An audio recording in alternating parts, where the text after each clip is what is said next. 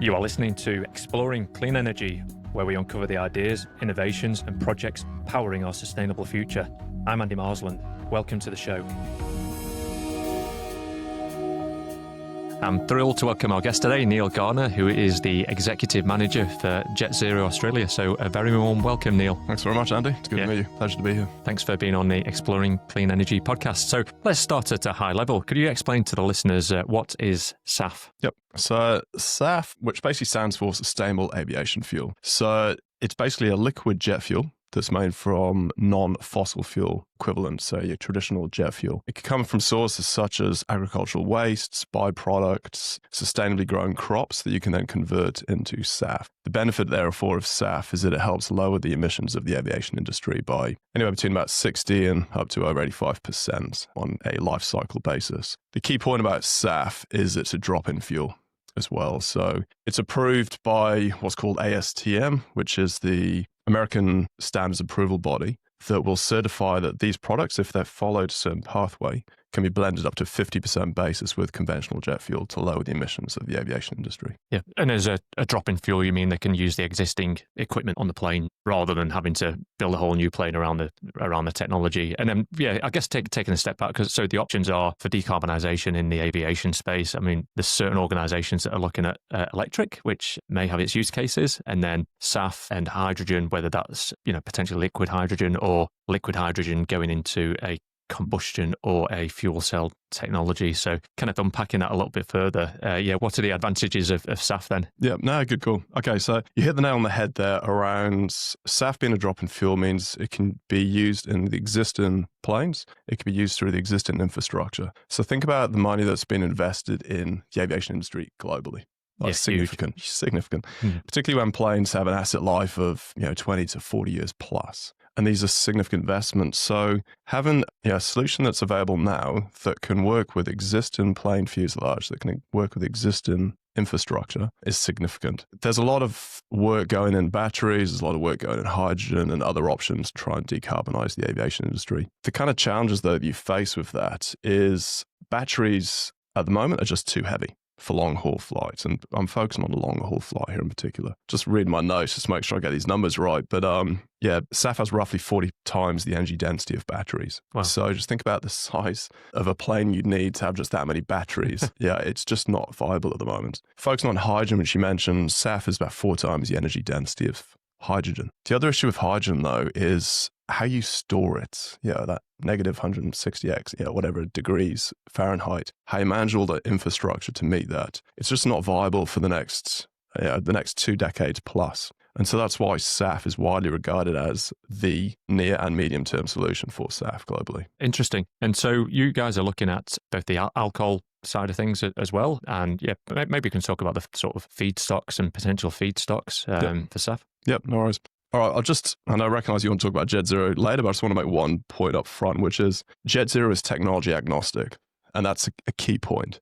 There are about 11 pathways approved under ASTM to produce sustainable aviation fuel. However, out of those 11 pathways, many of these are in their infancy. Like they're just very early stage R&D pilot scale. Whereas to try and get the SAF industry up and running, we need advanced, near-term commercialized projects. And it's called, to use the engineering term, a high technical readiness level, so TRL. So what Jet Zero do is we focus on TRL 7 and higher, which basically means that it's proven at scale, at a commercial scale. And then what we can then do is take that forward and expand the scale to start getting the learning curves, the economies of scale, but also that's critical from a bankability perspective.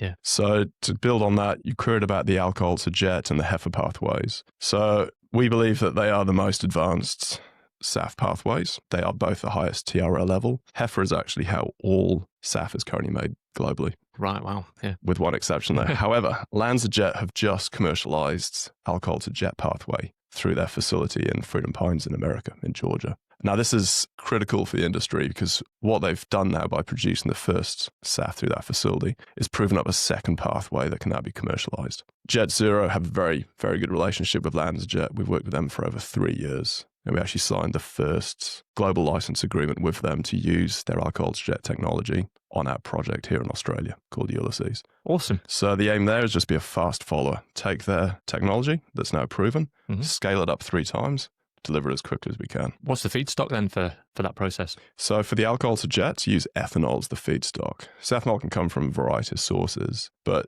typically you'll use from sugarcane, from corn, waste wheat starch. Other prospective feedstocks for alcohol-to-jet would be things like agave. Instead of making tequila, just use it for ethanol to convert to SAF. You talked about heifer pathway. So for those on the line, heifer uses used cooking oil, tallow, oil seeds as a key feedstock that you can then convert through a slightly different process. As I said before, heifer is the main pathway for SAF production globally at the moment. The issue, though, is you're quite constrained on feedstocks. There's only so much tallow or only so much used cooking oil available in the world. So the concern with heifer is you're going to saturate the feedstock market very quickly, and it's going to get very competitive for that. The opportunity for the heifer pathway, though, is start looking at new feedstocks. And yeah, there's things like pongamia and other such, like so non-edible oils, things like that. You could also use canola. That presents a significant opportunity for us here in Australia, where we have the ability to grow those kind of crops. Yeah, it's interesting that you brought that point up, because I think quite often the naysayers, as it were, about SAF are saying, it's never going to be the solution for the aviation industry because there's not that level of feedstock there. But from what you're saying, these are advances for other feedstocks, and then the alcohol to jet options or opportunities. Do you foresee it being the solution for the whole of the aviation industry? Yep. For long haul? Okay, to answer that question, I believe it's the near and medium term solution. I'm hoping long term there will be advances in feedstock, advances in technology, and who knows what's going to come down the line. And to be honest, that's what excites me about the industry. To your concern around feedstocks, when I was first started talking to Jet Zero about working here, after I had the same concerns. I immediately thought of deforestation, for palm oil, or used cooking oil being tampered with because it's gaining a higher price than virgin cooking oil, which is literally happening globally. So those kind of risks really provide a negative view on the industry around the risks. But what the industry have done very, very, very well, I've since learned, is just having the processes, the certification, the transparency across the full supply chain to ensure that the feedstocks we're using, the processing, the certification across the end-to-end supply chain is all proven, it's all traceable, and that we are genuinely abating the emissions to the amount that we claim. And the reason that's important is what's driving this is corporates, government commitments around decarbonisation across the full supply chain. If you don't have that provenance and can't prove exactly how you've delivered it, then you're going to have issues at the back end around the claims that you're making. Yeah. And it is quite a complex process, isn't it? Because quite often you're not going to be able to secure the SAF at the point it's produced. So yeah, how is the industry kind of combating that traceability aspect of it? Yep. Okay. So there's a thing called book and claim, which, trying to simplify this a bit, you've heard of blockchain technology? Yes. Yeah. Basically, it's the ability of having irrefutable data along a key supply chain. So what we're looking at here is there's 2 areas we've focused on this. At the start, there's a group called CORSIA, which is the Carbon Offsetting and Reduction Scheme. Now, at a global level, let's take a step back, right? At a global level, the aviation industry have done very well to jointly agree at airline and government level to decarbonisation targets. To try and avoid these concerns around traceability, unwarranted claims, they've then implemented CORSIA as a certification body to assure and approve the feedstocks, the certification, the reductions in emissions. So through that process, that gives users confidence in the process being followed and what's being delivered. You then use blockchain and book and claim process to then make sure that across the full supply chain, you have the traceability. So say I'm a corporate and I say I've reduced my emissions because I've procured SAF to freight product on or move for my staff to fly on. I can now, through blockchain and the book and claim system, now see all the way along the supply chain where the feedstocks come from, how it was certified, how it was transported to the relevant plant, how it was processed, how it was then moved to the end airport and combusted. Yeah. By having that traceability allows me as a corporation to put my hand to my heart and say I've genuinely reduced my emissions. That sounds fantastic, and sounds like significant processes or improvements have been made, particularly to get the global industry on board, isn't it? It's I think all too often there's all duplication across the world, so it's quite nice and reassuring to hear that in the aviation industry that's happening. And how is that working, practically at the moment? Yep. So it's working well so far. And you're exactly right. Like what they've achieved in the aviation industry is significant. Look at what Marine are trying to achieve through the IMO, International Maritime Organization. Which has just been delayed another 12 months. Exactly. Like they're trying to do the same thing. It's just a real struggle. Why is the aviation industry being so successful? Goes back to our previous point. They realize that SAF is the only near and medium term solution for long haul travel. Yep. I think that's how they're able to get it through. How well it's working. So the other thing that's really benefiting the SAF industry is you've got the airlines and governments who are now aligned on these decarbonisation commitments. What governments are now doing is implementing policy to make sure that that's met. So globally, you're seeing a lot of countries mandate the use of SAF. Like giving some examples I've got here, EU have a 1% blend mandate of SAF, which was introduced in 2025. That increases to 6% in 2030, and then onwards from there. UK, 2% blend mandate by 2025. Japan, introducing a 10% blend mandate by 2030. What that's doing now is it's legislating the offtake of SAF, and it's really pushing the whole industry to get on board and embrace it and make sure that it's genuinely delivered on to meet those targets. The other thing that does, though, as well, is it says to the market, we're serious about this, and it provides the demand certainty that's necessary to then underpin the financing, the delivery of those projects. Yeah, which is key. It is key. I mean, these projects are billions of dollars. So they're very capital intensive. And this is quite a new emerging industry. So say you're an investor with a certain amount of capital to deploy. If you're looking at a new emerging, relatively nascent industry on technology, take ATJ, that's slowly getting proven up, you're going to want high capital returns on that. But it's very difficult, though, for to provide that in a relatively high cost new emerging industry as well. Like think about the way industry evolves as well. You have all these learning curves up front, and then slowly over time through more efficient delivery, you start getting economies of scale, you start coming down the learning curve. That's the challenge that we're facing at the moment. Yes. Yep. You didn't mention Australia. Would you comment on legislation over here, if there is any? And if you were in the big seat, what would policy look like over here to try and encourage that SAF uptake? Yep. So good question. You're right. I didn't mention Australia. Unfortunately, we have a lot of support, but we don't actually have clear policy here in Australia. So we are a bit of a laggard in that regard. I mean, I listed a few countries, but there's a lot globally who are now mandated. We currently do not have a mandate within Australia, but we know the government are actively looking at that. In fact, there is a consultation process out at the moment, seeking industry feedback. There was another one back end of last year. So the government recognised this opportunity and they recognise the need. So what they're now doing is working with industry to try and work out the optimum policy framework and what's going to support the industry and Australia in general. The benefit about being a laggard is, probably shouldn't use that word too much, benefit by being behind some of the other countries is we can take the best of all the other policies that people have implemented. We can see how they're working. And I think that's the opportunity for us here in Australia, because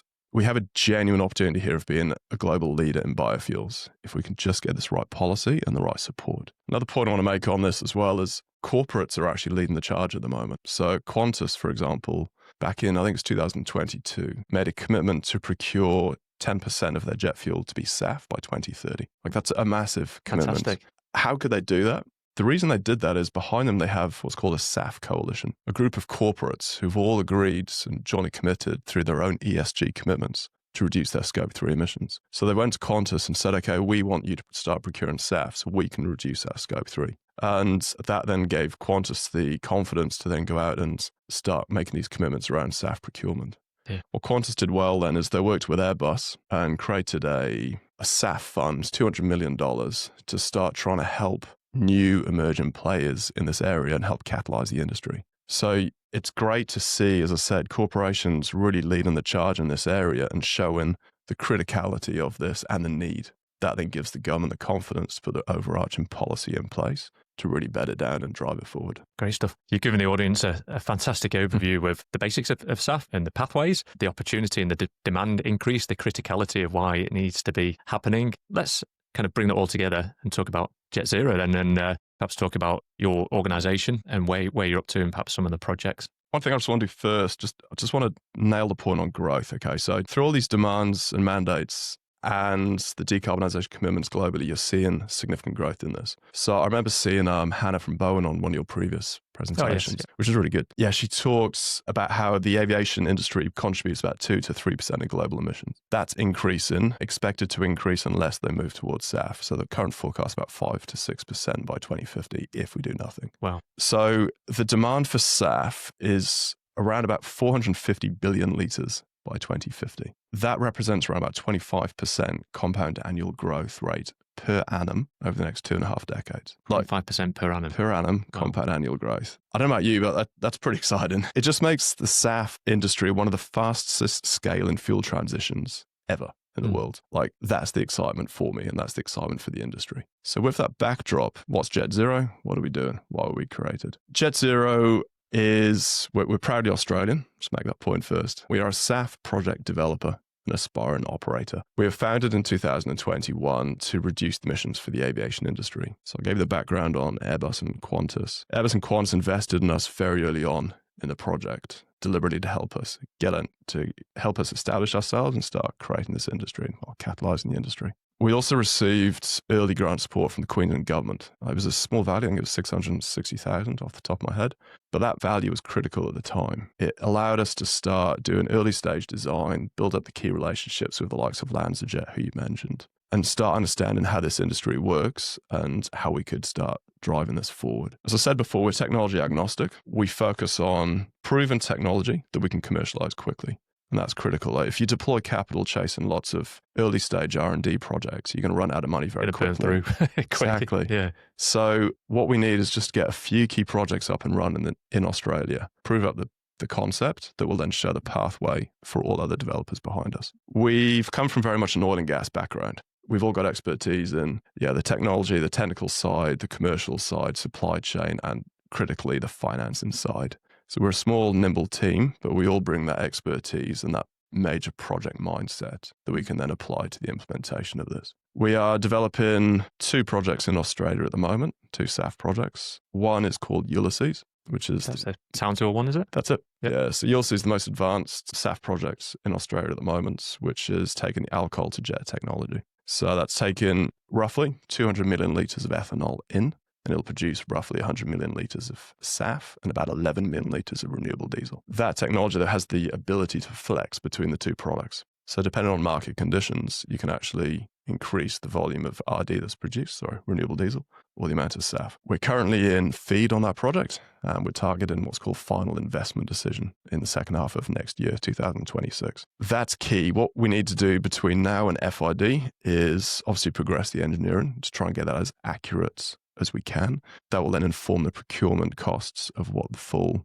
plant's going to cost from a CapEx perspective. The aim is to obviously try and get that down to as narrow an estimate as possible that then gives our investors confidence on both the debt and equity side to bank that project and get it up and running. Mm-hmm. So that is our sole focus at the moment. The second project is called Mandala. So this is in Gladstone. This uses the heifer pathway. Feedstock for that is tallow, used cooking oil, and domestic canola.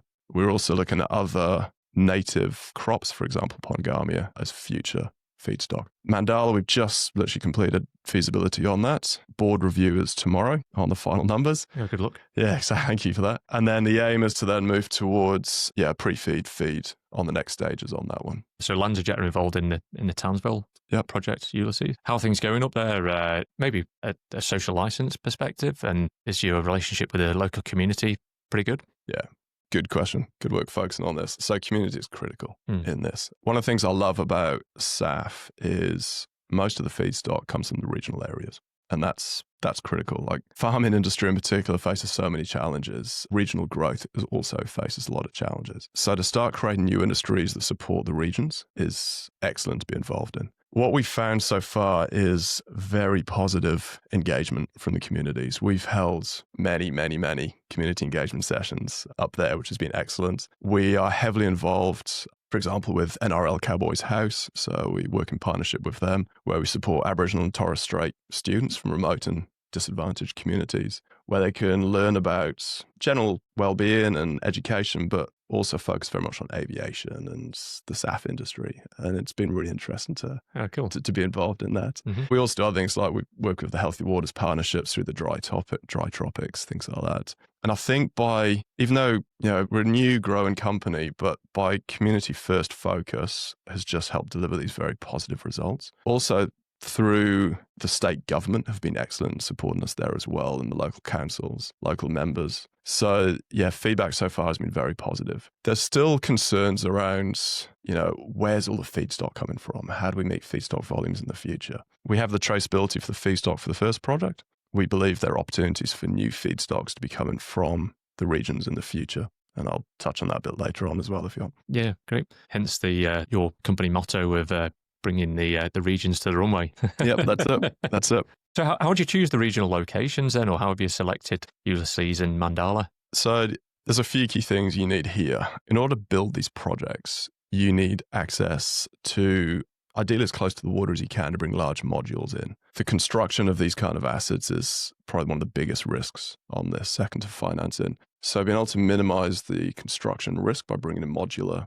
design is critical for us, and it'll be critical for nearly all SAF projects globally. Another key point for us is you need roughly 2 times, talking about alcohol to jet, 2 times the amount of feedstock to the amount of product you produce. So if you can minimize the movement of the feedstock, then obviously you're going to have lower costs on your logistics. So you ideally want to be close to regional feedstock areas. And we believe that Queensland in particular has a very good advantage in this area, particularly around Townsville and Gladstone. So that's why we're focused on those areas primarily. Sorry to jump in. So where's that loss from, or where do you need twice the feedstock to energy usage, or what's the difference? Yeah, it's the process and techniques it goes through, basically. Yep.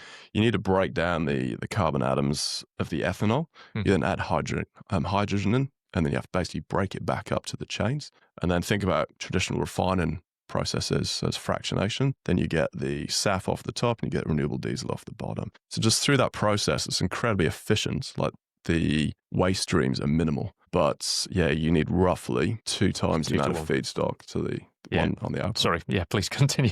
No, that's good. I like it. Yeah, I'm just trying to what else I can add to that. Really, I just think the reason why I think the community has been so behind this is within Australia, we import roughly 90% of our liquid fuels. So we import it from overseas.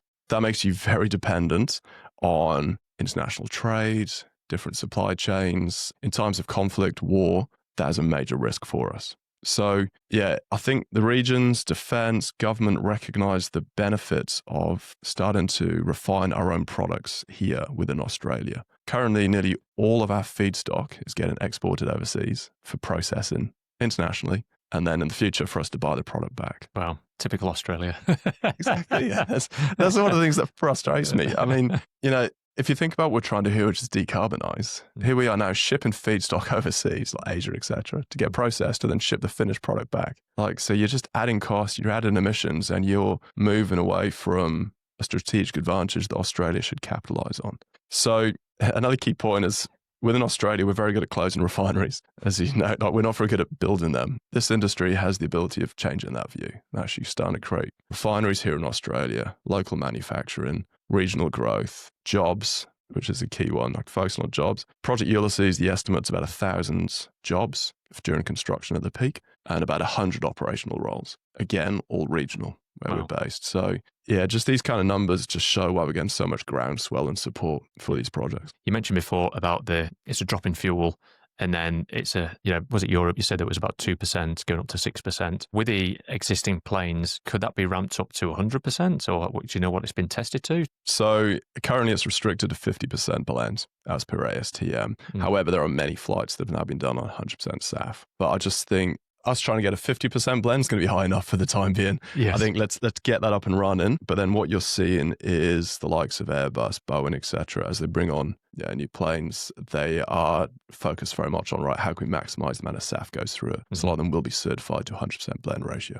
Yeah, fantastic. And then, just following on from that then, with the projected demand in, say, 15 years' time, what % of the market could be captured from the Project Ulysses and and Mandala? Okay, so total volume of jet fuel consumption for Australia, you remember exact numbers, either 7 or 8 billion litres. I probably should know that off the top of my head. So with us doing 100 million litres of SAF from Ulysses, you're about just under 1%. So about 1% of total national demand. Very small. Yeah, well, yeah. So if you combine Mandala and Ulysses, you're about 5%. So Still significant. it is significant. And that's what we're saying, like, prove it up, and then we start scaling more and more. Like, what we're trying to build here is a full portfolio of projects and diversification as well, as much as possible. Are you looking at other landers at the moment, or are you just specifically focused on delivering these two first? We're always open to new opportunities. We're always keeping our eye out. But yeah, these two projects are consuming a lot of time, particularly Ulysses. As I said, our key focus, get Ulysses to FID, prove that up, and then, we'll start progressing other projects in parallel. Yeah. And do you think there's the opportunity for export as well, or is likely to be domestic demand? So there's both. Qantas obviously have laser focused on procurement, hence the investment in us up front, same from Airbus. We also have Idemitsu as a strategic investor. Idemitsu's focus is within Japan, they have the mandate over there, so they would ideally like to procure an export. And I think this is one of the challenges that we face here. We shouldn't exclude export, but we should incentivize domestic use. And I think that's critical here to make sure that we benefit from it here, but we can also capture the export prices if we export this product. What are your biggest challenges at the moment? A lot. Just one or two. All right. So for us, the commercialization and the financing of this is a key one. It's great to hear you've got such big players on board at an early stage as well. Yeah. I mean, those are global brands, global organizations. They must have seen the value in you guys and seen the opportunity.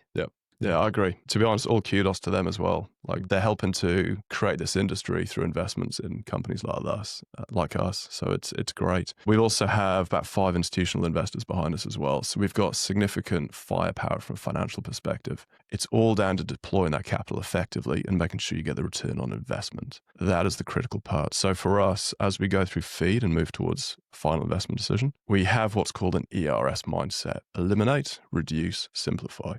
So what in that design do we not need? What can we simplify? What can we reduce to just make sure that what we're going for here is fit for purpose and just delivers the end result at the least cost possible? That's the only way you're going to get these kind of projects up and running at the start. So that is our laser focus. And then working with the financiers to then make sure that the way this deal is structured meets their expectations. It's very hard to go to an investment, as we talked about before, an investor who wants certainty on their investment over 10, 20 years. These assets go for at least 20 years operating life. So ideally, you want to maximize your return across that period. What that needs, therefore, is feedstock certainty for as long as you can and offtake certainty for as long as you can. So trying to balance those and make sure you can get that to meet their investor requirements is a key focus for us at the moment. The other one that probably keeps me up awake at night at the moment is policy side. We've talked about that. It's being progressed, but we need policy support on both the demand side through mandates, but also through the supply side. Like, these projects, to make sure they're economic, are going to need significant grant support as well, where the government need to lean in to actually help get these up and running whilst we prove up the delivery model. Yeah. What's the price differential between SAF production or I don't know if you could talk about in your forecasts versus aviation fuel from fossil fuels? Yep, good call. So jet fuel, it's around about, current forecasts anywhere between about 2 and 5 times more expensive than conventional jet fuel. Significant. What we're targeting is coming around about 2 to 3 times the price of jet fuel. So the benchmark that we've been focused on is, as this industry establishes itself, you're now starting to get pricing indexes globally.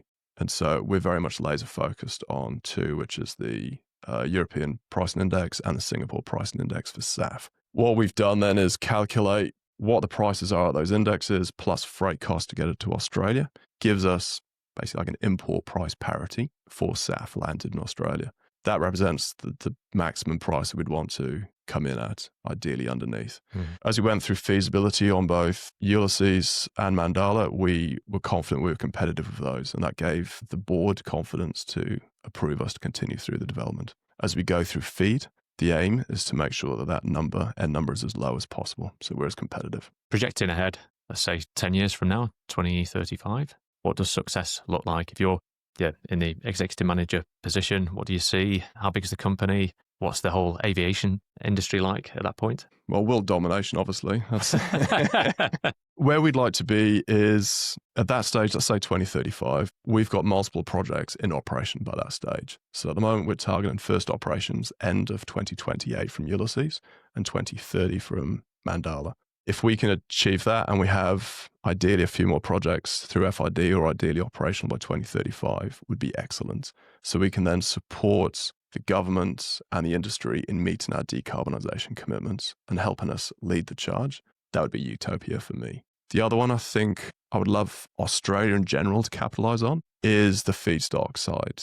Like we have a real opportunity here to progress feedstocks that are native to Australia that can help us meet the demand for low carbon liquid fuels moving forward. That's both SAF and renewable diesel. We haven't touched on renewable diesel much, but renewable diesel is very key for us as well. We use about 33 billion litres of diesel domestically.